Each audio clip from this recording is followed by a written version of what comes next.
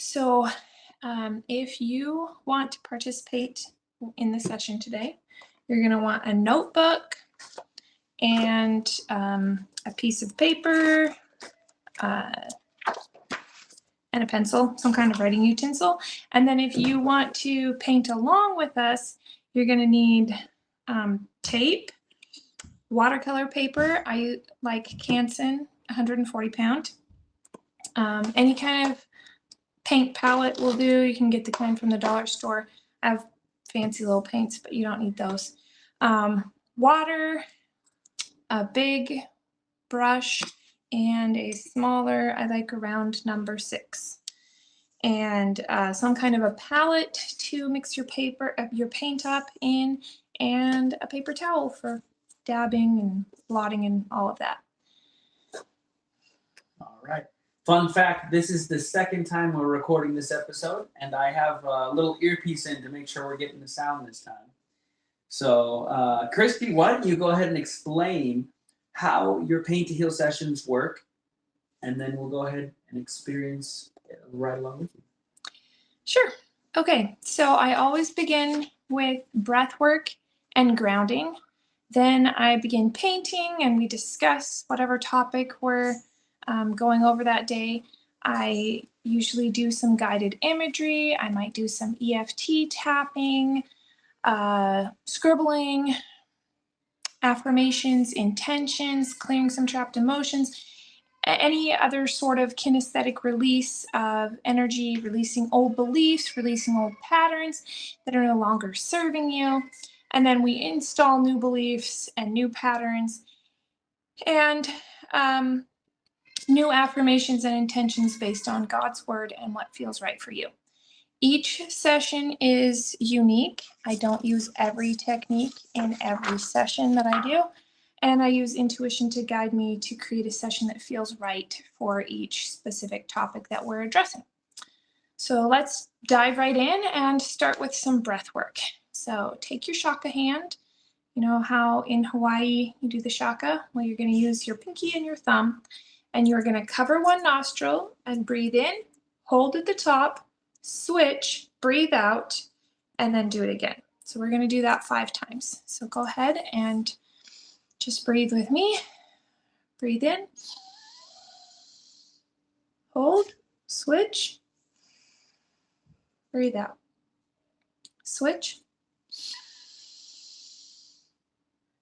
hold,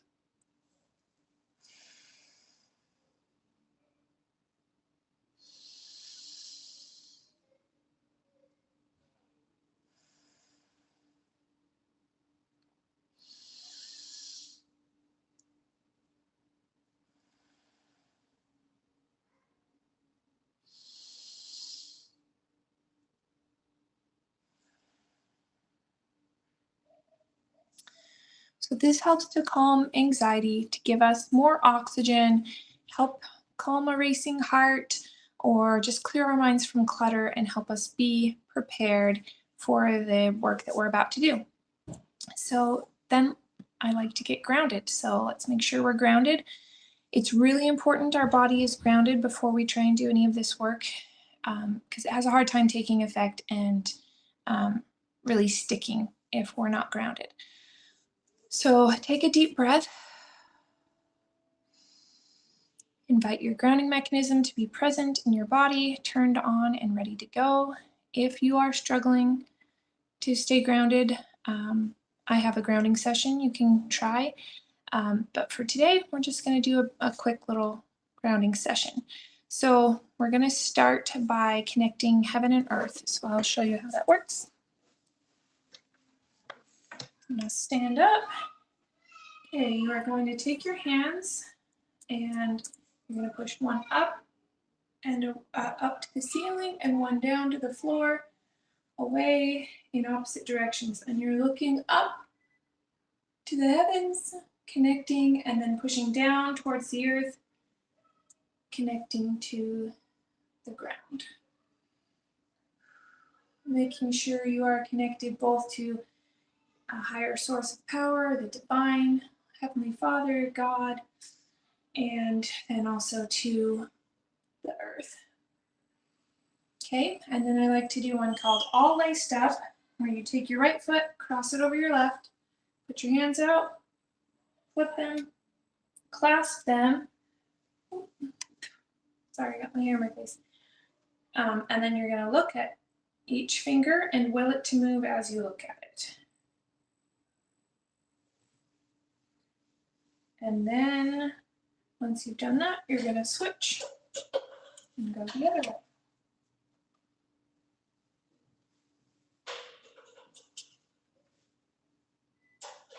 Okay, and that just integrates the right and the left sides of the brain and helps you to be present and connected in the here and now.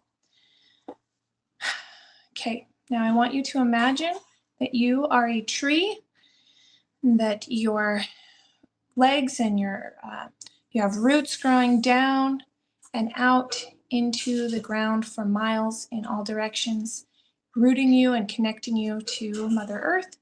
And then you have branches growing up and out for miles in all directions and connecting and balancing to the magnetic field. Breathe. Okay, you should be grounded now. All right, so I'm going to lead you through a little scribbling exercise that I learned from my sweet friend Allie Duzette. One simple way to release trapped beliefs and patterns and stuck energy, or just move out of a funk or a blue mood, is to scribble. This is really good for little kids because they don't have to understand what they're doing or anything. They're just moving, right? They're just getting out that stress and built up cortisol and emotion and all of that. So you're going to take a pencil and a piece of paper. We're going to write at the top some kind of intention that you want to release. So when you think about relationships and boundaries in relationships, what comes up for you? Write that down. It could be something like, I feel stuck and I struggle to communicate effectively in my relationship with my spouse, or anything else that comes up. And then once we have that written, we're going to set a timer and we're going to start scribbling. So I'm going to set the timer right now. And we're going to begin scribbling for 2 minutes. And as you're scribbling, don't try to control your hand. Don't worry about how it looks. Some people end up doodling. Some people get really into it and they might even rip or tear their paper. It's okay. You're just trying to release stuck energy surrounding your intention. And just keep going. You have set an intention to clear as much as you can in 2 minutes. So we're not trying to scribble out everything about a difficult relationship or something like that in 2 minutes. That could take us weeks. We're just setting whatever we can release, whatever we can move and clear out in 2 minutes.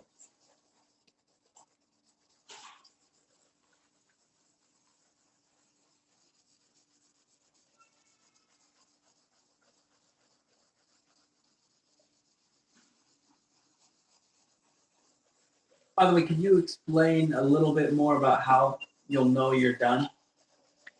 So you'll know you're done when your hand automatically moves into an oval or ellipse shape, which usually happens right around 2 minutes because you've set that intention and your mind knows, okay, this is as much as I can get out in 2 minutes, right? So when your hand naturally moves into that ellipse shape, then you know that you're done, which my hand is now moving into that ellipse shape.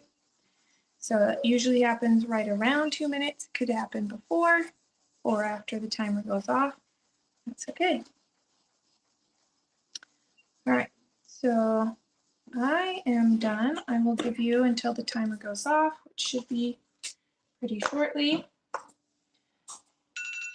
Here we go.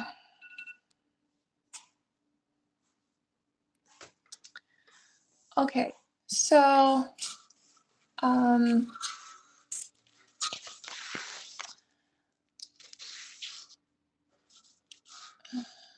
we are going to start painting now. And we're painting a pumpkin today for 2 reasons. Number 1, it's fall. And number 2, because when I think about boundaries, I think about Peter, Peter, Pumpkin Eater. You know the nursery rhyme, Peter, Peter, Pumpkin Eater had a wife and couldn't keep her, put her in a pumpkin shell, and there he kept her very well. Now, I don't know about you, but I don't think I would like to be kept in a pumpkin shell. I don't feel like I want to be kept anywhere. So, boundaries, sometimes we think of them as a cage or a wall or a shell or some kind of protection, but they're not really protection for us. We'll address more of that in a minute, but we're just going to get started on painting this pumpkin. So, we're going to be painting it blue. And I know you're probably going, what? It's a pumpkin. And I'm not painting one of those cool teal pumpkins. I'm just doing a blue wash. So just go with me here.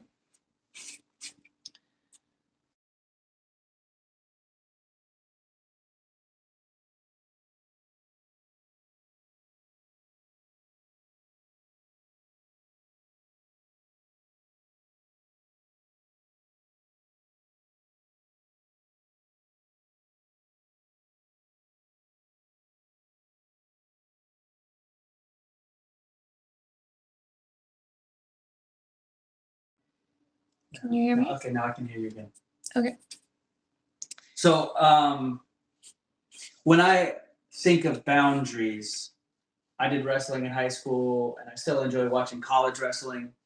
And there's a giant circle, 15-foot circle, and the boundaries are that circle. And if the wrestlers leave that area, they're out of bounds, and they have to come back in. So like it's like you're not allowed to go past there when you're wrestling. How does that relate to what you're talking about, boundaries? Yeah, that's a very good example of boundaries, because a boundary it's not a cage, it's not a wall, it's not a border, it's not a fence. It is it's more like an area on a map, right? If you have a school boundary, kids that live in that area, they go to a certain school, they're not stuck in there. There's no wall keeping them there. They might have school choice and can go to another school, right? That's just the designated area. Kids who live in this area are closest to this school, and so this is their boundary, right? Or maybe a hunting boundary, where it's just a designated area. You're allowed to hunt here, you're not allowed to hunt here. There's no fence. However, if you hunt and you cross that boundary, you are subject to Fish and Game coming and taking away your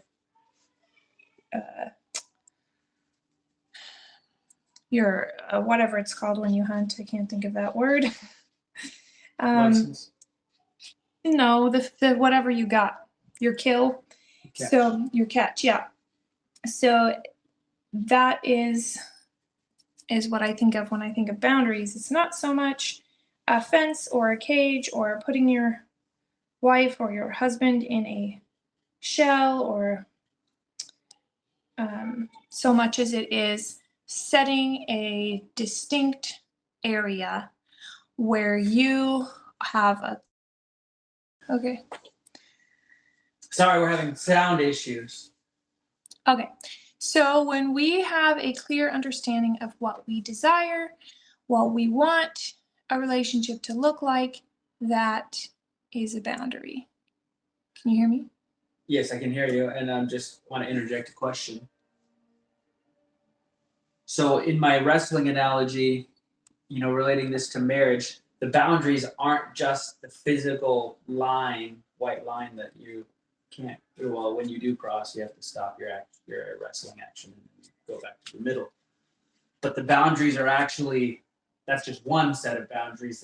The the whole set of boundaries is all the rules about the wrestling, how, like, what moves you're allowed to do, how long the periods are going to last. Like, there's a whole book on what the rules are for wrestling. So, like, am I right to say that what you're discussing is like all of those are boundaries? Yeah, absolutely. Okay, very, very good analogy, because you do have to have some sort of organization and understanding of what's expected, because otherwise, people are just gonna run around. It might be like WWF wrestling, and there's kind of not a lot of boundaries there, and that isn't okay for high school wrestling, right? So for some, maybe for some marriages, that's okay. All right, I'm all right with that expectation. But others, no, that's not okay with me. And if you don't know what is okay and what isn't, you're going to really struggle in your marriage, because you're not going to feel validated and heard and respected.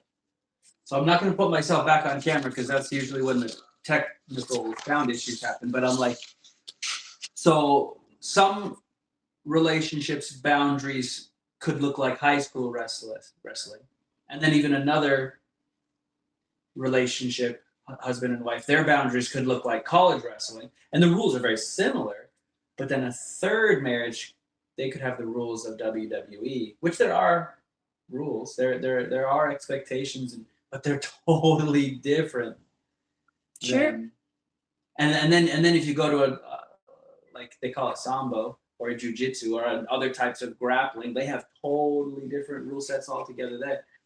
So it really, I mean, God didn't give us a rule book of how we should operate our marriage. And maybe your marriage doesn't look like wrestling at all. Maybe it's a completely different game. Maybe it looks like ballet.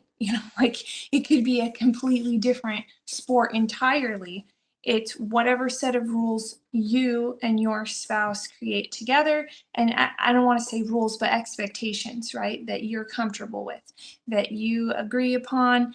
And most people get married and they just kind of fall into some pattern, probably similar to how they were raised, how they saw their parents, and or what they see on TV, media, whatever, and they've never even thought of this. And so their boundaries might look like Grand Central Station, with lines crossing all over, and getting all up in someone else's business, letting everybody into your business, and you really have no idea what you want, what you expect, and you're feeling violated, and nobody respects me, no one listens to me, and you're going to probably have a lot of trust issues, right? So, well, and one more thing. So when you were talking about how you have to hold yourself to the boundaries, they're not something you impose on another person. In high school wrestling, I mean, with all sports, you don't hold your competitor per se. Like, you don't control them so that they follow the rules. yeah.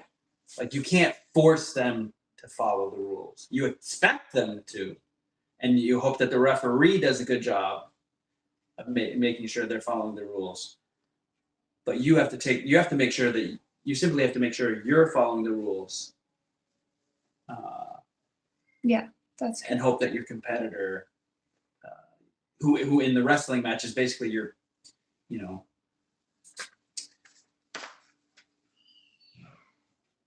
your associate in the wrestling match, follows the rules. Yeah. So, it's gonna be different for each person, but it's like the Cheshire Cat answered Alice when she asked which way she should go. It doesn't really matter where you're going if you don't know where you want to end up.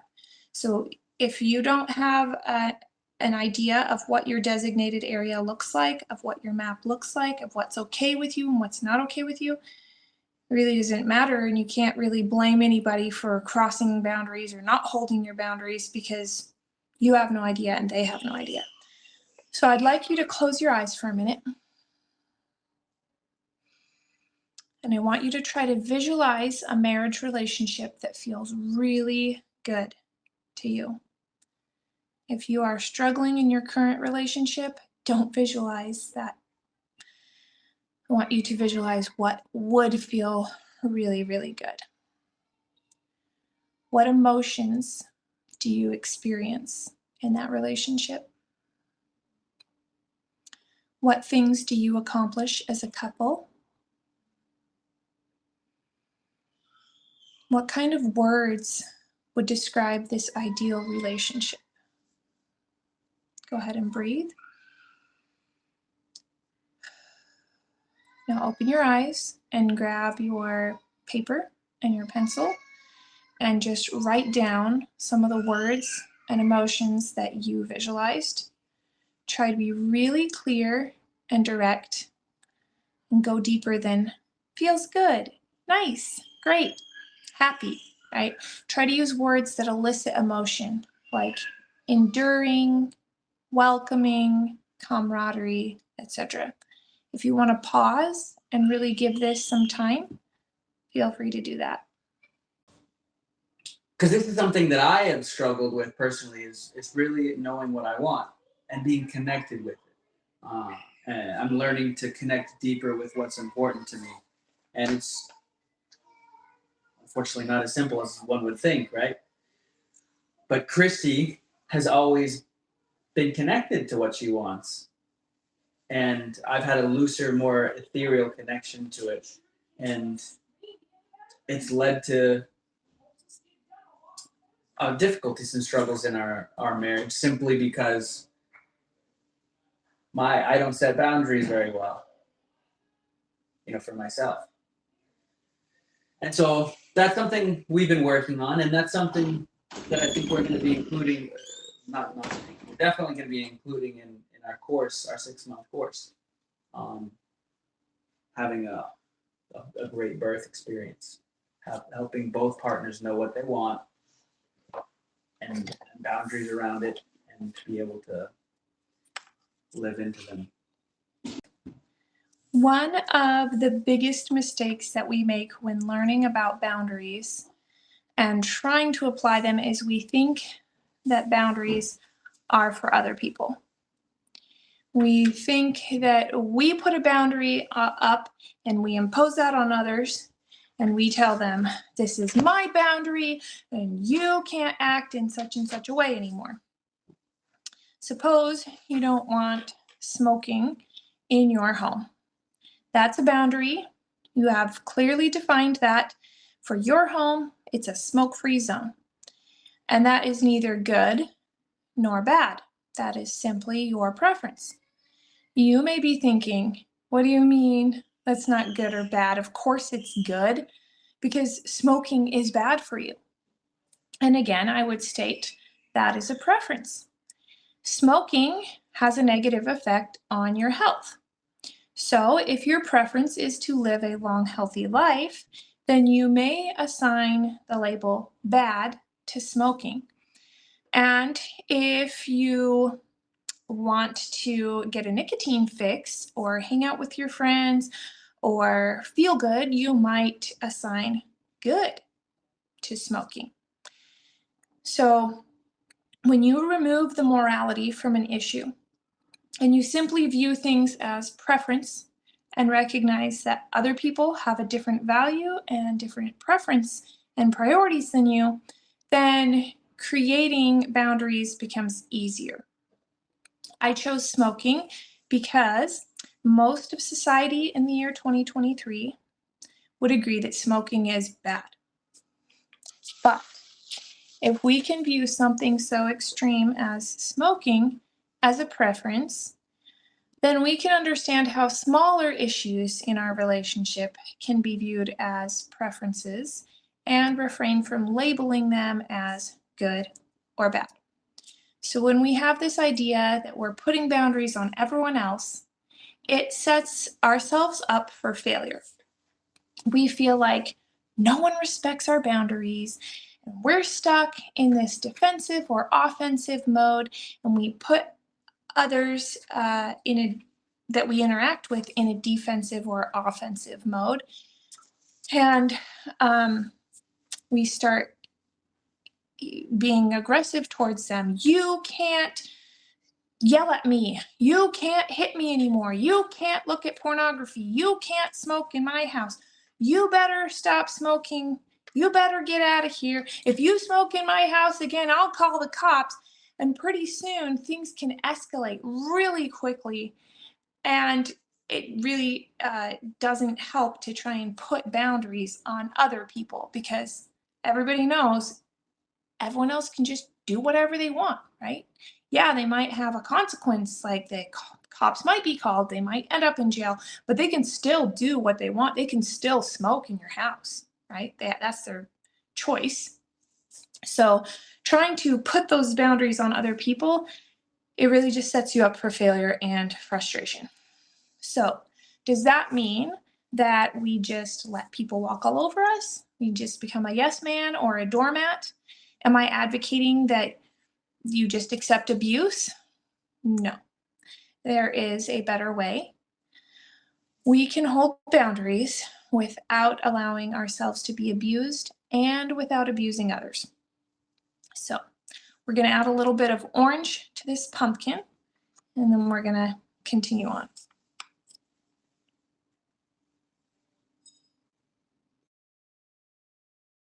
There's Boy, these sound issues. So while you're beginning to paint the orange, let me just reflect out loud as I'm contemplating here. When you first get into a relationship, it's almost as if you have someone who's got jujitsu rules in their head, and someone else coming in with international wrestling rules of freestyle rules. Totally two different things, two different rule sets. So to have them come together, there's a period of figuring out. Another example, here's a better example maybe for a relationship. You got somebody who comes in and is going to do classical waltz. Like that's the rules that they have in like how that the rules around doing a waltz, versus someone who comes in and their partner is they're familiar with, they only know the rules of samba. And so then for them to come together and dance together, it's going to take some working out. Mm-hmm. And in marriage is rather like a dance. So if you don't know each other's expectations, you definitely struggle in your dance, right? Okay, so as you can see, I am adding this orange here to this pumpkin, and we have, even though it started with a blue base, it gives it kind of that green look that pumpkins have. If you've ever picked a pumpkin out of the field, they have sort of a green undertone in when they're not completely ripe. So that's kind of the look I'm going for here.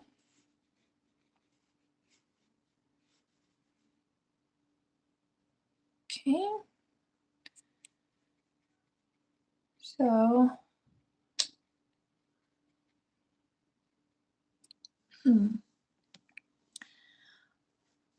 all right, so let's turn to the Bible and see what the master boundary holder can teach us. So Corey, will you go to,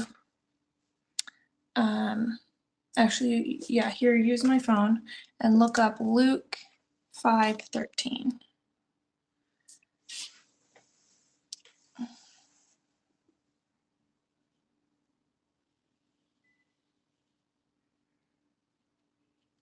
We're just going to read that little scenario scene that happens there.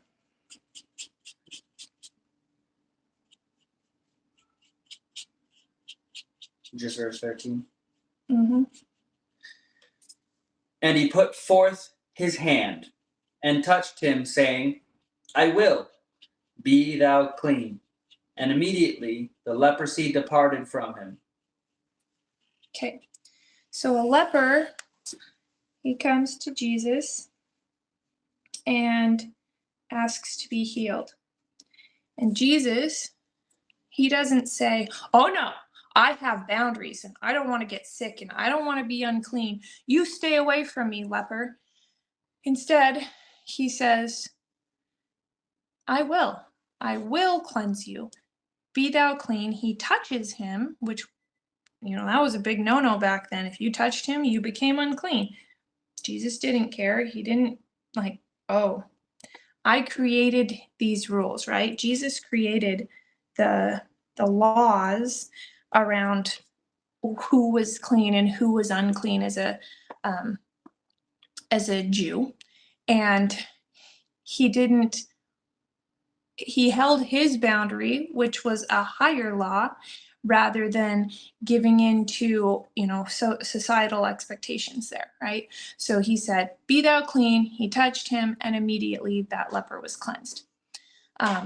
There was a time in Jesus's life before he was ready to die when people were very angry and wanted to kill him.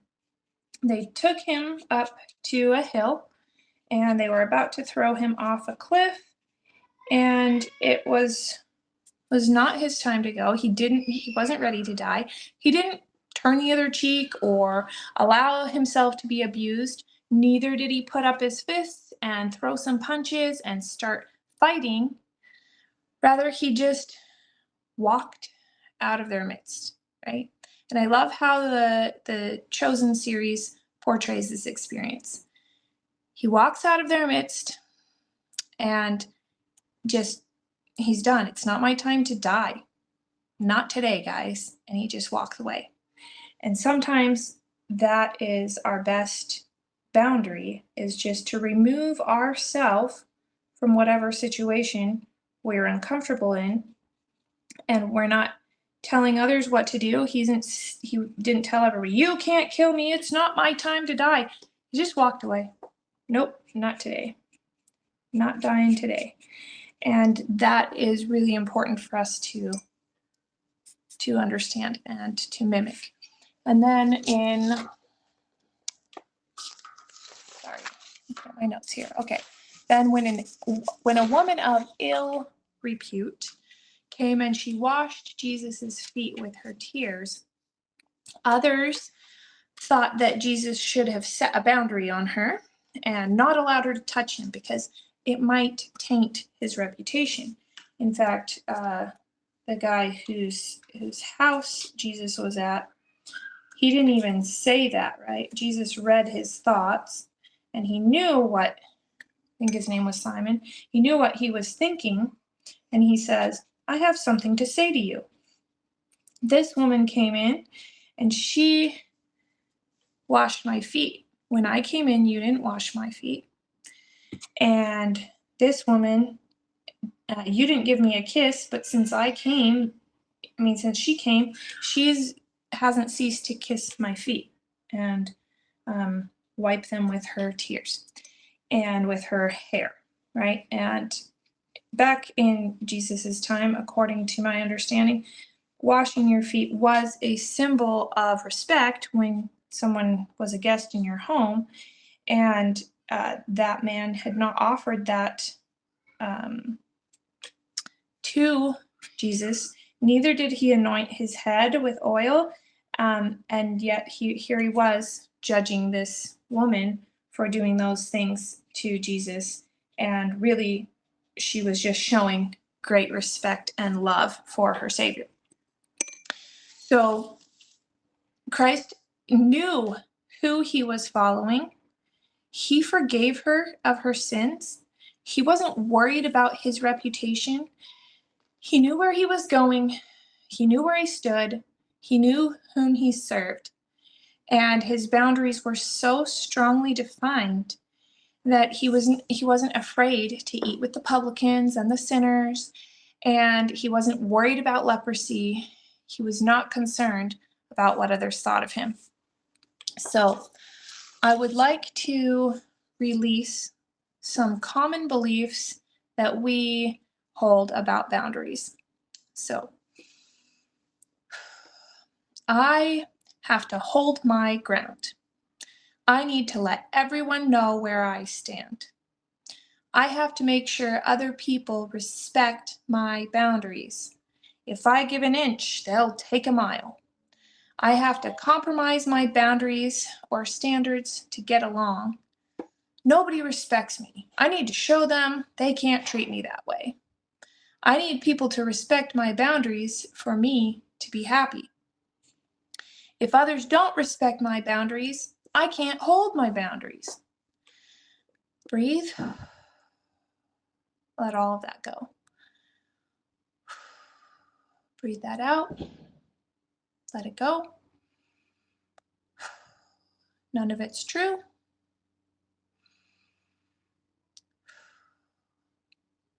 So then, what is true? When we try to please others or expect others to please us, we are being pulled in every direction. We're not able to go in the defined direction that we desire because we are trying to please so many others and our path just gets lost in the process. We are able, um, we are responsible only for our own happiness. No one can make us happy. And perhaps you're thinking, Kristi, if my kids did the dishes and my husband did all the laundry and cooked the meals every night of the week, that would make me happy. But the truth is, you would still have a choice. You could choose to be happy, or you could choose to find ways to be upset. You washed the whites with the reds, or you burnt the dinner, or that's what you call loading the dishwasher, right?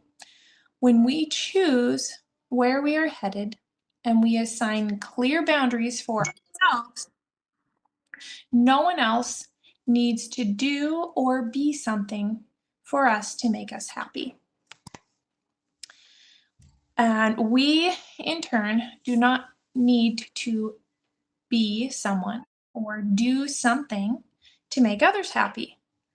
In the book, Ask and It Is Given, it says, often others suffer in their inability to hold themselves in a place of feeling good and ask you to behave in a way that they believe um, will make them feel better. But not only do they hold you in a place of discomfort as they try to make you responsible for their joy, they hold themselves in a place of bondage as well. For they cannot control the way others behave. And if that control is necessary for their happiness, then they truly are in trouble. Okay, we're going to paint some green on the vines. I'm going to mix a little bit of yellow here and some blue.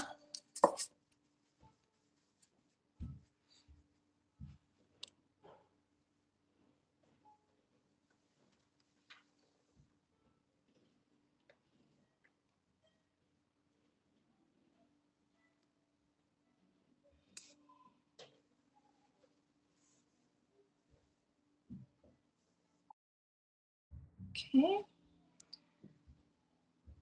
And then I'm just going to take some water and blend that together.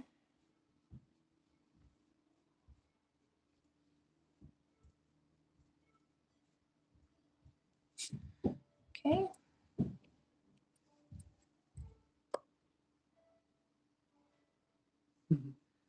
I was like, what is that noise? But that's the violin teacher having to record it a second time. The violin teacher is here already.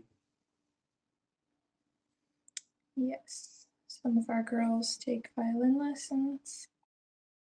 And the teacher comes right to our home, which I love. It's very convenient. Super appreciate that.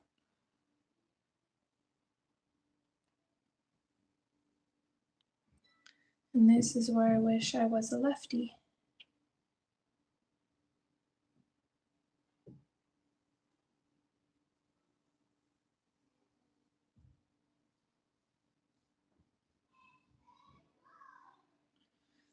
Okay.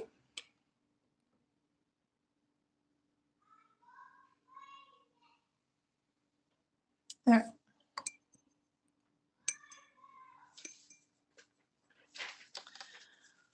Okay, so then how do we hold boundaries in a way that's beneficial for us and those around us? So let's go back to that smoking example, shall we? It is perfectly reasonable to have a boundary of a smoke-free home. And rather than tell someone they cannot smoke in our home, we let them know our expectations in a loving way. I appreciate a smoke-free home. If you want to smoke, you may smoke out on the sidewalk or wherever designated area you give them, right? What if someone doesn't respect that boundary? It's my house and I'll smoke wherever I want to.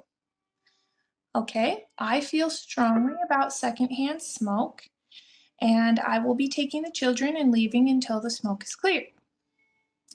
If this is a serious problem for you in your home, then having a serious discussion and a loving discussion about your values and preferences is definitely in order.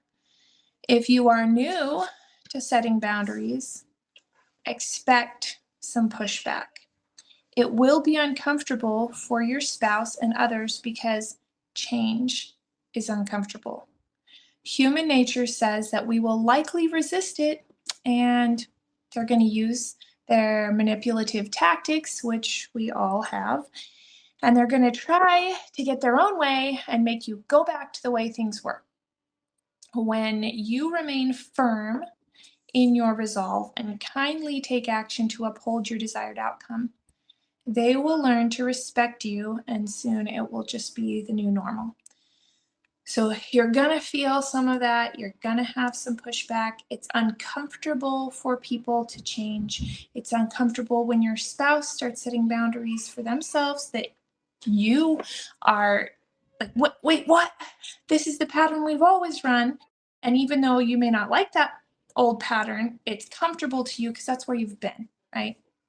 So they're going to start setting new boundaries. You're going to start setting new boundaries, and it's okay. Just work through those until they become the new environment that you choose to set for your marriage. It's going to be a struggle, and that's okay. I'm going to give you a personal example.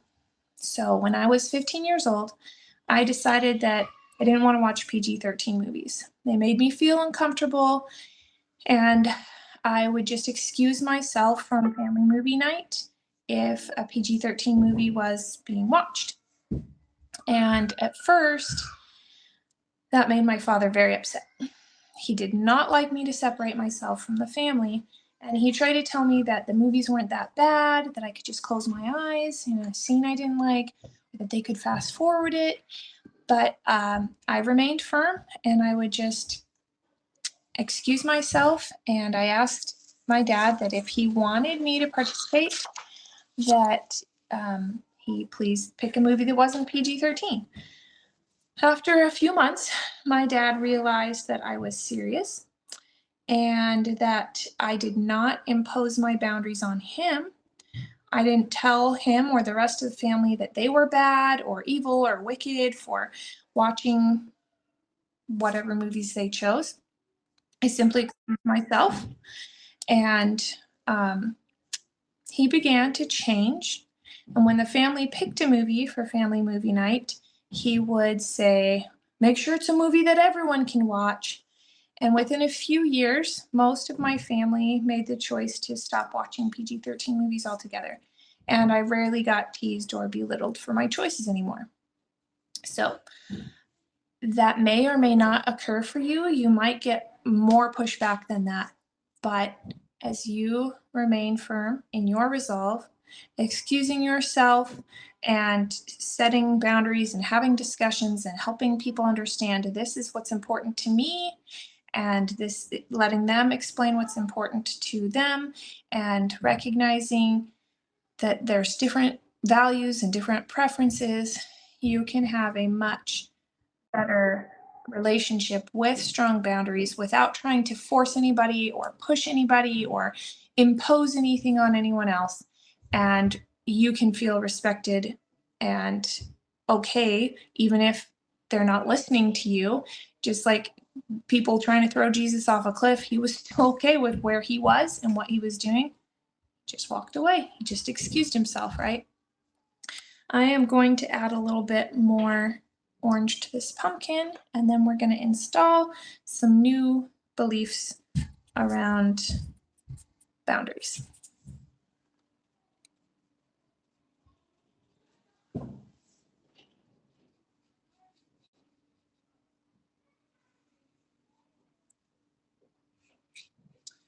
Really quick, I just want to make a comment here about the discomfort of change.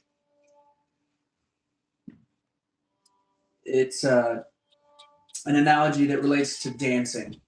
And this woman was telling a story of a friend who was a dance instructor.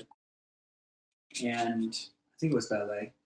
Anyway, she was trying to teach a young ballet dancer how to properly align her hips to be able to raise her leg even higher.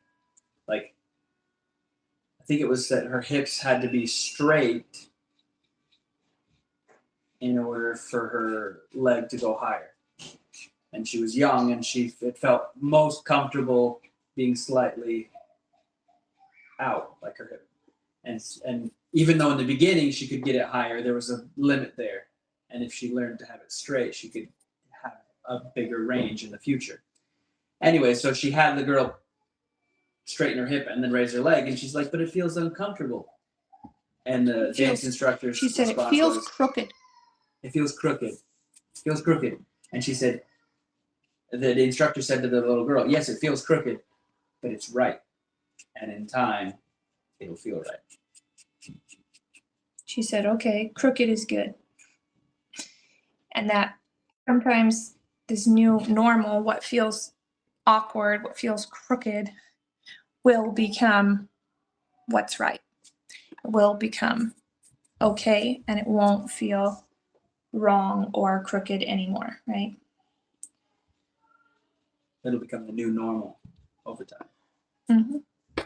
And safe and respectful, and as long as it is within what you are okay with, as long as you have decided that that's an okay boundary for you, then okay, it might feel a little difficult for your spouse to accept your boundaries and for you to accept theirs, but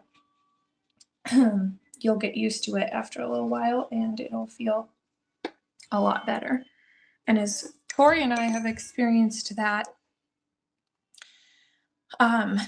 in the last year, we've really been diving deep into a lot of emotional stuff and mindset work and all sorts of things. And I wasn't used to.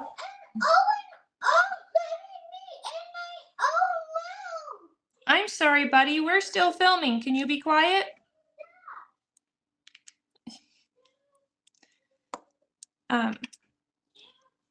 So Corey and I have been really diving deep into mindset work, and as he's been holding boundaries that, he used to just be pretty indifferent to things, and rather than have a conversation that might be difficult, he'd just go whatever, walk away, or give in to whatever I wanted.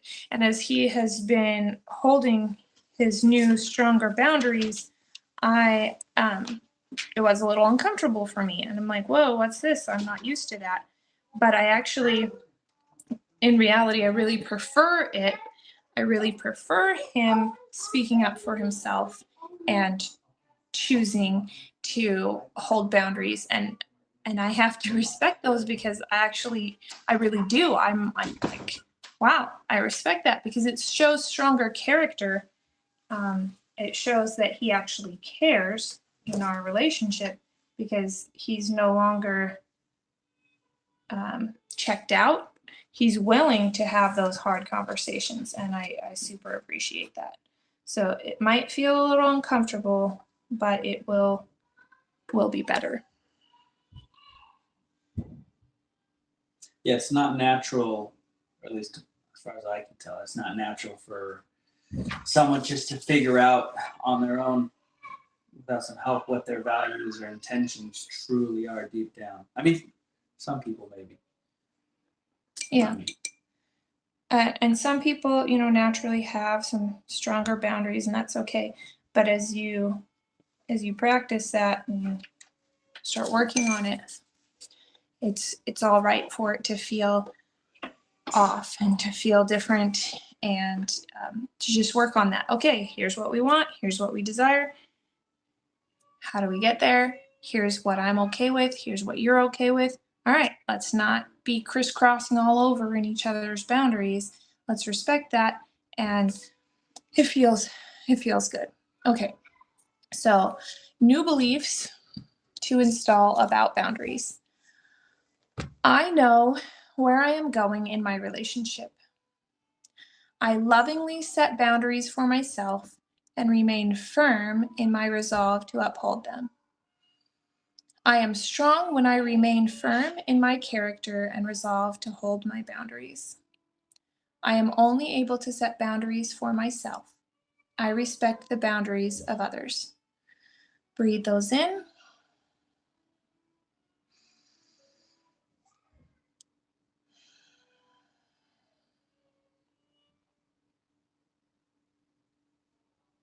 Okay.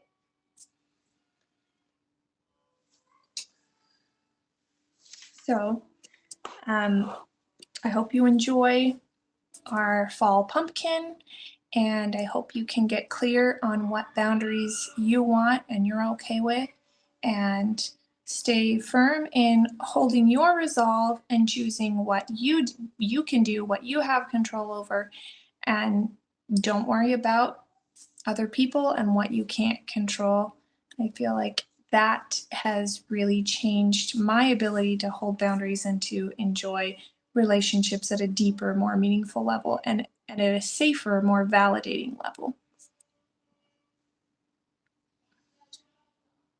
And it's not comfortable in the beginning. I can attest to that, but it's worth it. Okay, so thank you, and we'll see you next time. See you next time.